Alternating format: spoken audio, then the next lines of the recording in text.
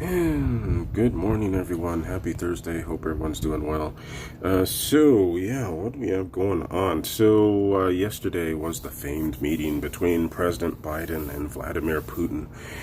Um, there are all sorts of things going on about that meeting. Um, I'm gonna I'm not really going to talk about the note cards that President Biden had. What's more concerning to me, well, let's just put it this way. At first, when talking about how the meeting went, Biden seemed a little, well, optimistic, I guess would be the word for it, which, whatever. If you're a world leader, you just can't necessarily say everything you're thinking. But the issue is that we learned that just before the meeting, Russia had the largest set of war games in the Pacific in decades, and was close enough to Hawaii that the Air Force scrambled several stealth fighters in order to monitor the situation.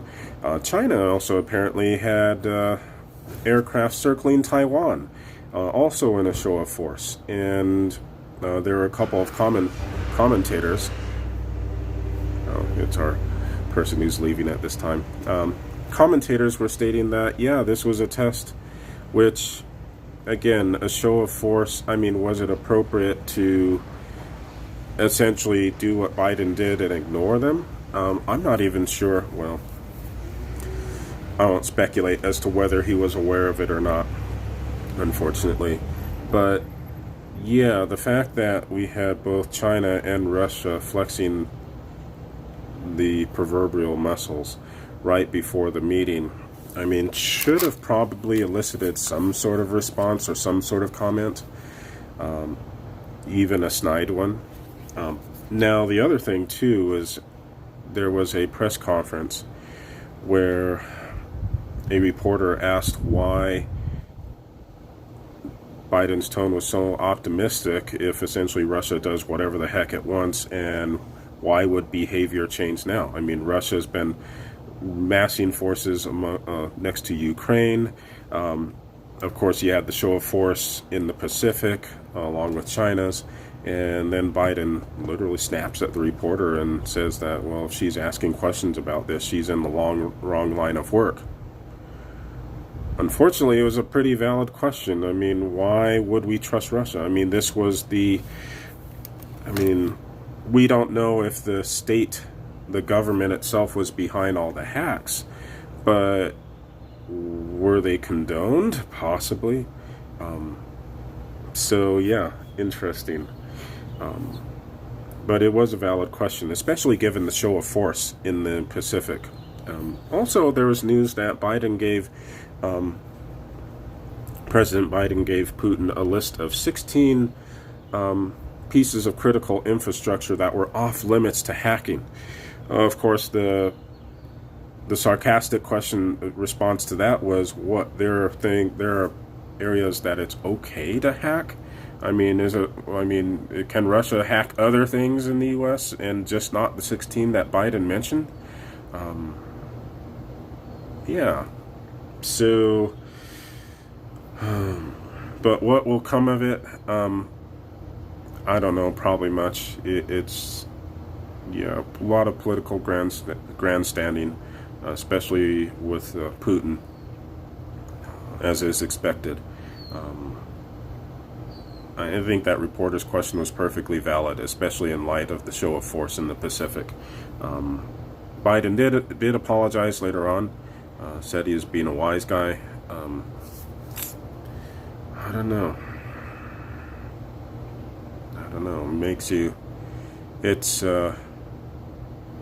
I think it's just sad. It just makes, and I spoke about this yesterday and the day before, it makes me wonder, because even during one of the speeches he was given,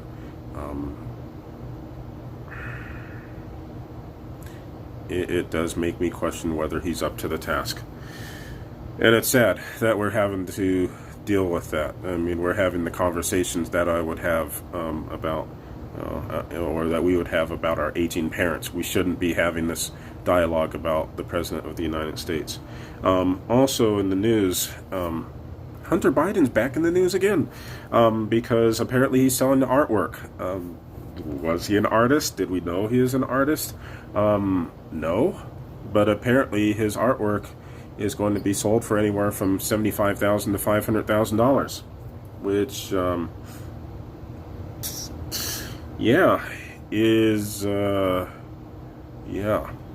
take that for what you will.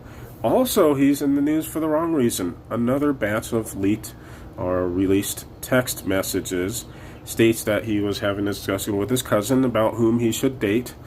I use the term dating loosely because he requested, quote, domesticated foreigner, end quote.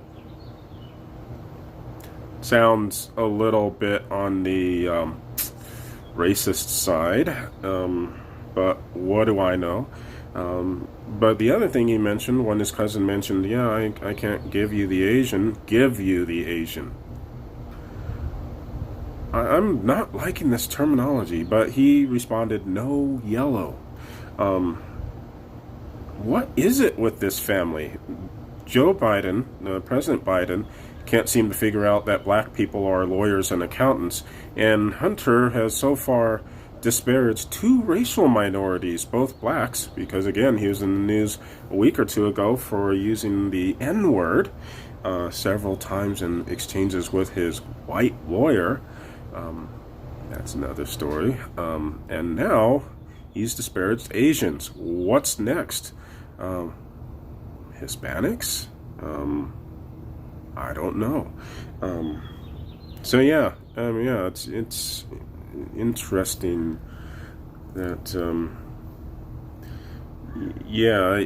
some of people have already pointed out the irony that President Biden stated that white supremacy was the greatest threat to the United States today, but Joe can't seem to figure out that black people are lawyers and accountants, and Hunter seems to be calling each successive minority by disparaging names. Yeah, it's probably reading too much into it. What else?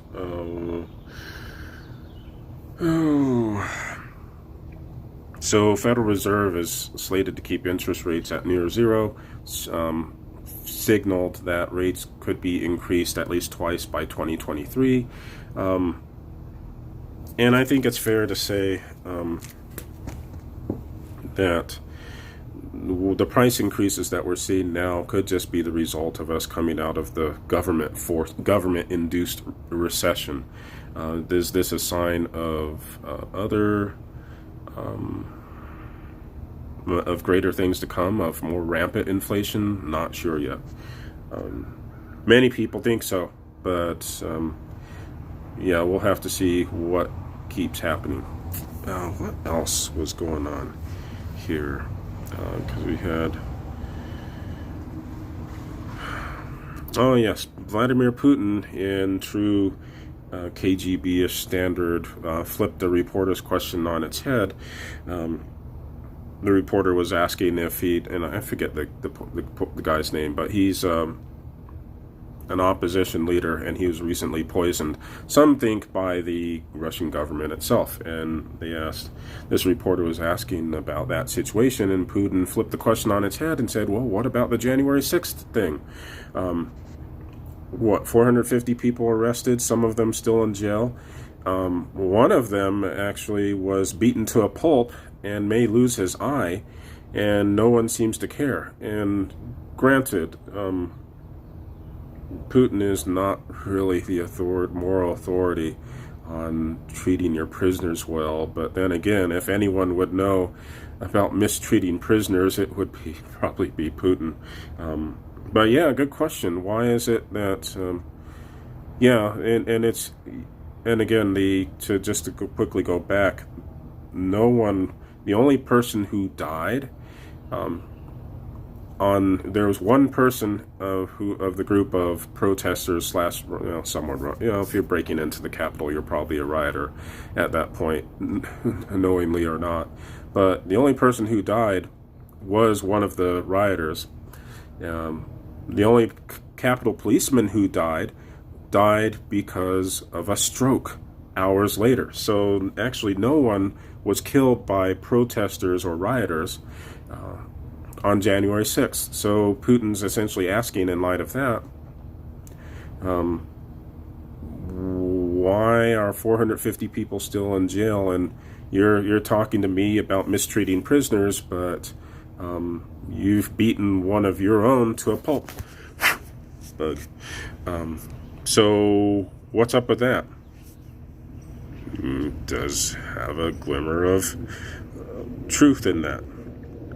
So what else is going on? Yeah, seems like a weird news week. So yeah, I guess Biden's pretty much wrapping up. President Biden's wrapping up his trip to Asia.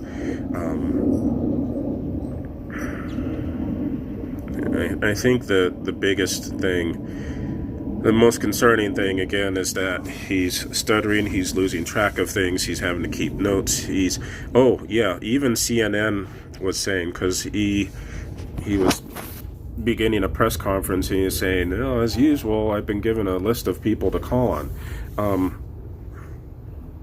And people were like, should he have actually said that? Others, of course, are commenting that, well, it's commonplace for a president to call on the people he likes. Well, yeah, granted. But usually he doesn't have a full list, at least not this far into the presidency. CNN commentator was stating that he's covered 4 different presidents now, and Biden is the first one who's been so well protected by his aides. He says he's never seen anything quite like this. And Biden himself has commented several times about how, if I do this wrong, I'm going to get in trouble. My aides don't want me doing this. If I do this wrong, it's going to mean trouble for me. I mean, he's talking as if he's not the one in charge. I mean, could you imagine President Obama saying, if I take too many questions, my aides are going to be mad at me? Or you don't like him at all, but Trump. Could you imagine Trump saying, if I don't take any questions, my aides are going to... Trump would be like, screw them, I'm the president. Same with President Obama. President Clinton would do whatever the heck he wants. Hillary Clinton, if she'd made it in, would be doing whatever the heck she wanted. Presidents going back as far as I'm alive, I can't think of any of them saying, if I take too many questions, my aides and my staff are going to be mad at me. Well, maybe President Trump could say that because he stuck his foot in his mouth. But this seems to be more, this is what you say when you're a child and you're afraid of being spanked by your parents. It's just weird. Anyway. So I guess that's about it, all I'm going to get into.